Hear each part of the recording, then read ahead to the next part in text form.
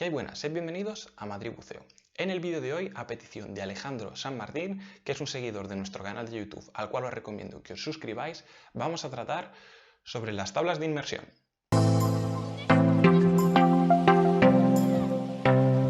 Las tablas son un elemento que nos permite planificar nuestras inmersiones manteniéndonos siempre fuera del límite de no descompresión.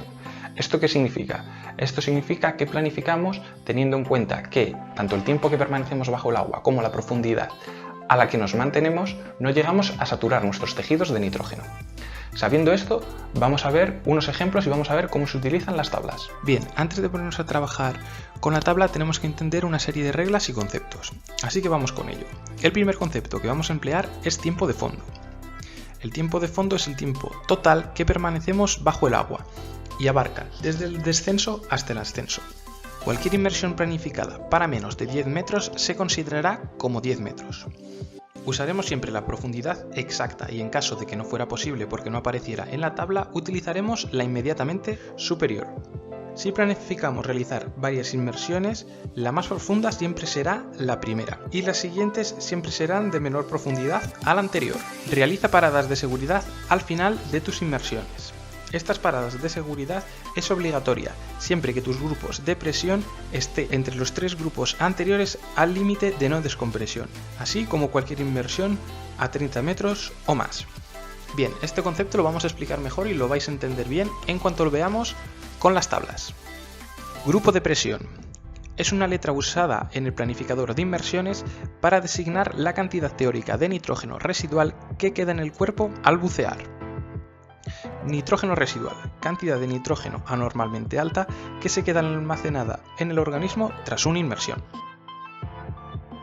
Bien, aquí tenemos nuestra tabla.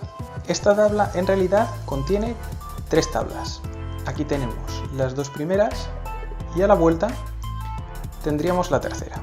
Bien, lo primero que vamos a hacer es delimitar dónde empieza una tabla y dónde empieza la siguiente. La tabla 1 es la que queda en el margen superior izquierdo y la tabla 2 en el margen inferior derecho. Y a la vuelta tendríamos la tabla 3. Por otro lado, esto es un perfil de inmersión. No es más que una representación gráfica de los buceos consecutivos que vamos a hacer. En él apuntaremos la profundidad, que en el caso de la primera inmersión la haremos aquí. Después apuntaremos también el tiempo y el grupo de presión con el que salimos. Si os fijáis, es como si buceáramos. Aquí estamos en superficie, tanto descendemos, tanto tiempo permanecemos, emergemos y somos tal grupo de presión. En este otro intervalo colocaremos el tiempo en superficie y después el grupo de presión en el que nos hemos convertido. Y de nuevo, en esta línea que desciende colocaremos la profundidad y en la línea horizontal el tiempo. De nuevo, en la línea vertical colocaremos un grupo de presión. Y así continuaríamos haciendo esta forma como de castillitos con las inmersiones sucesivas. Vamos a ver en detalle los elementos de la tabla 1. El primer elemento que tendríamos es la profundidad en metros. Después tendríamos una serie de letras que corresponden con los grupos de presión. Como veis, hay una serie de casillas negras y grises. Si caemos en ellas, la parada de seguridad será obligatoria, tal y como explicamos al principio del vídeo. Y como veis, tanto cuadros blancos, azules, grises y negros contienen un número en su interior. Este número corresponde con el tiempo en minutos que permanecemos bajo el agua a determinada profundidad. Ahora imaginemos que queremos planificar una inmersión en la que la profundidad sea de 20 metros durante 25 minutos. Pues nos vamos a la fila de los metros, localizamos los 20 metros y en esa columna buscamos los 25 minutos y somos un grupo de presión J. Ya tenemos una inmersión planificada. Y ahora vamos a ver el contenido de la tabla 2 y continuaremos planificando inmersiones sucesivas. En la tabla 2 encontramos las letras que corresponden con los grupos de presión y en las casillas encontramos los intervalos en superficie, que es el tiempo que transcurre entre inmersión e inmersión y en el que eliminamos nitrógeno. Como veis, a mayor intervalo en superficie, menor penalización de nitrógeno y menor será nuestra letra en el grupo de presión inferior. De modo que continuando con nuestro ejemplo, inmersión de 20 metros durante 25 minutos resulta en una letra J. Si pasamos 25 minutos en superficie, seremos una F. Mientras que si permanecemos una hora, seríamos una C. Ahora vamos a ver el contenido de la tabla 3. En la primera columna encontramos los metros. En la primera fila, los grupos de presión al finalizar la inmersión anterior. Y en los cuadrados, números.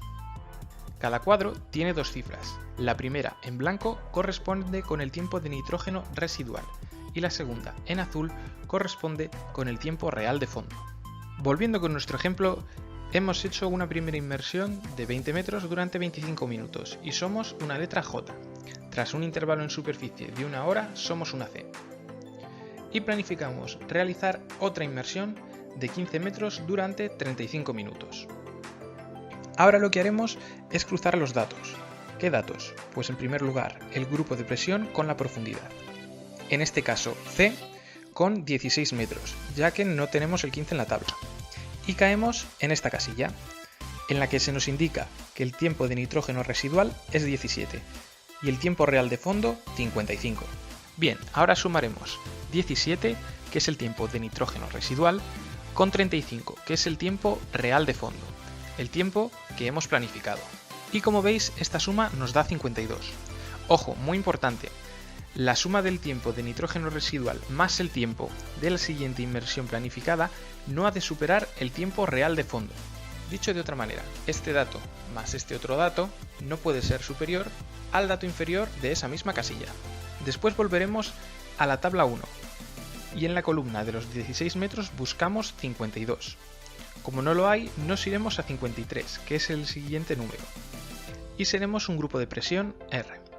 De modo que si quisiéramos hacer otra inmersión, repetiríamos el mismo proceso. Tabla 1, grupo de presión, tiempo en superficie, grupo de presión reconvertido, damos la vuelta a la tabla, cruzamos los datos con la siguiente inmersión que queramos realizar y volvemos a la primera tabla.